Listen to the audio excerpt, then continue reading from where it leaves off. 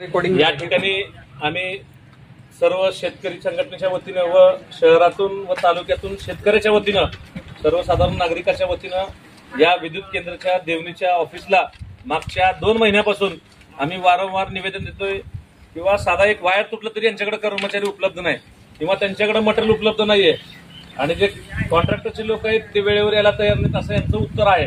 म्हणून आम्ही मागच्या 2 महिन्यापासून जवळपास 4 निवेदनं दिली यांना। तर मागच्या 15 दिवसापूर्वी जे निवेदन दिलं होतं या ताला ठोको आम्ही आज करणार आहे असं त्यांना निवेदन दिलं होतं। आज आम्ही रास्ता रोको आंदोलन केलं तरी तिथं निर्लज्जासारखं तिथं आले नाहीत। म्हणून आम्हाला परत आज इथं ताला ठोको आंदोलन करण्यासाठी विद्युत केंद्र देवणी एमएससीबीचे इथं यावं लागलं। म्हणून आम्ही आता इथं ताला ठोकणार आहोत।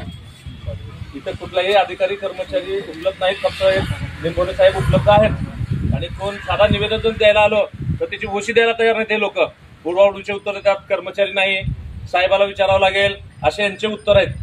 तरी प्रशासनाची याची दखल घ्यावं ही आमची नम्र विनंती शेतकरी संघटनेच्या वतीने। आपण आता शांत बसायचं नाही।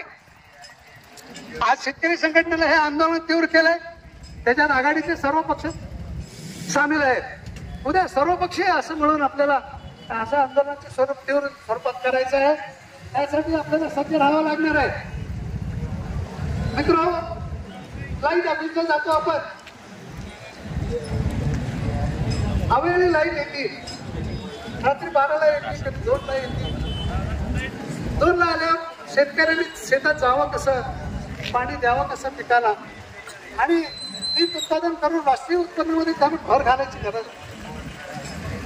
मग या अवेळी आलेल्या लाईटमुळे त्या पिकाला पाणी देणं होत नाही आणि उत्पादन घट होते। शेतकऱ्याचे संसार करण्यासाठी हा प्रश्न भोगावा लागतात मित्र। मग या शासनाला अनेक वेळा विनंती करून दिवसाचे 12 तासामध्ये आपण विद्युत द्यावं ही विनंती करून सुद्धा जर शासन ऐकत नसेल तर या शासनाला जाब विचारासाठी आपल्याला रस्त्याला थांबलं पाहिजे, रस्ता रोको केला पाहिजे, पोलिसवाले जेलमध्ये घातलं तरी आपल्याला केला पाहिजे, जेवणाची व्यवस्था ते करतील। तर खूप काही आहे पण ते समजायला पाहिजे। प्रत्येक शेतकऱ्याच्या मुलांनी हे जाणीव ठेवली पाहिजे आणि आंदोलनात भाग घ्यायला पाहिजे। आज आपण जर सगळेजण मिळून जर भाग घेतला तर या सरकारला जाणीव होईल।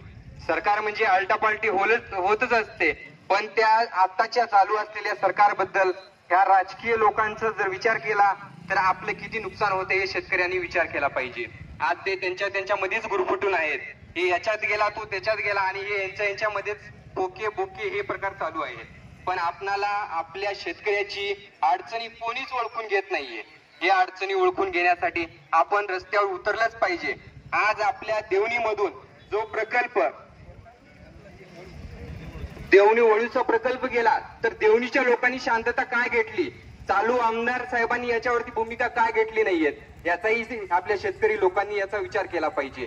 हे ज्यावेळेस आपण उठाव करल, ज्यावेळेस आपण याच्याबद्दल बोलल, ज्यावेळेस आपण रस्त्यावर उतरल तेव्हा यांना ही जाणीव होईल। पण हे जाणीव करण्यासाठी आपल्या शेतकरी मित्रांनो सगळ्यांनी एकत्र या, आपल्या मुलाबाळांना सोबत घेऊन या। शेतकऱ्यांना जोपर्यंत आपण आपलं काही कर्तव्य पालन करत नाही तोपर्यंत आपल्या लेकरांचं भविष्य घडणार नाही याची आपल्याला जाणीव असू द्या।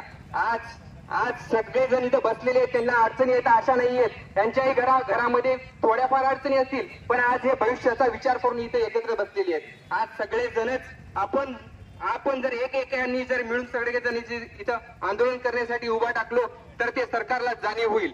आज इथून आपण सुरुवात करूया, आमचे मुठभर मावळे का होण्यास सुरुवात करतील। शेतकरी संघटना ही निलंगा तालुक्यामध्ये महाराष्ट्रभर निलंगा तालुक्यातला आवाज बुलंद ही महाराष्ट्राच्या एक गावागावामध्ये शेतकरी संघटना ही जाण्याची एक ताकद आम्ही दाखवून देतो। इथं आज आम्ही इथे सर्वजण एकत्र येण्याचं कारण म्हणजे शेतकऱ्यांना हमीभाव मिळावा, आपल्या शेतकऱ्यांच्या मुलांना चांगले शिक्षण भेटावं, आपल्या सगळ्या सुख सुविधा बी बियाणावरती आरटीजीएस जे आपलं जीएसटी जे आहे ते जीएसटी माफ व्हावं, प्रत्येक गोष्टीचं आपल्याला योग्य ते प्रमाणात आपल्याला न्याय मिळावं यासाठी आम्ही इथे उभा टाकलेले आहेत।